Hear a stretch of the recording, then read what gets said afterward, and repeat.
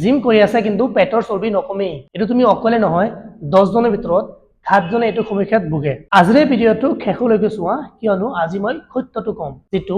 gym ট্ৰেইনাৰে ক'ব নোখোজে বহুতে ভাবে জিম গলে পেট নিজে নিজেই কমিব বেছি ঘামিলেই মানে ফেট বাৰ্ন আৰু এপছৰ এক্সাৰসাইজ কৰিলে পেট কমিব কিন্তু সত্যটো বেলেগ বেলি ফেট মানে পেটৰ চৰ্বিৰ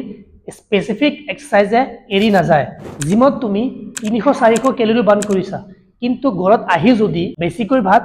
মিঠা চাহ আৰু তেলৰ বস্তু এইবোৰে খোৱা তেনেহলে বেলি ফেট কিয় যাব ফেট লছ মানে এটা simple question calorie in and calorie out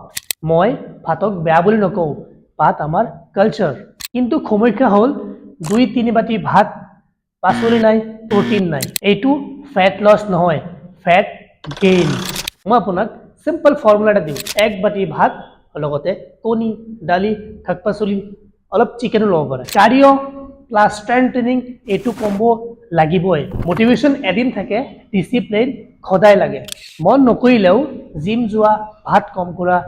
junk বাদ দিয়া আৰু আপোনাৰ ৰিজাল্ট ডিসিপ্লিনে দিয়ে যদি আপুনি খসাই আপোনাৰ বেলি ফেট কম কৰিব খোজে তেনেহলে ডায়েট কন্ট্ৰোল ওয়াৰ্কআউট আৰু প্যাশন লাগিব ইয়াৰ কোনো শৰ্টকাট নাই ইয়াৰ কোনো ম্যাজিক ড্ৰিংক নাই এই ভিডিওটো ভাল লাগিলে লাইক কৰা শেয়াৰ কৰা আৰু চেনেলটো সাবস্ক্ৰাইব কৰা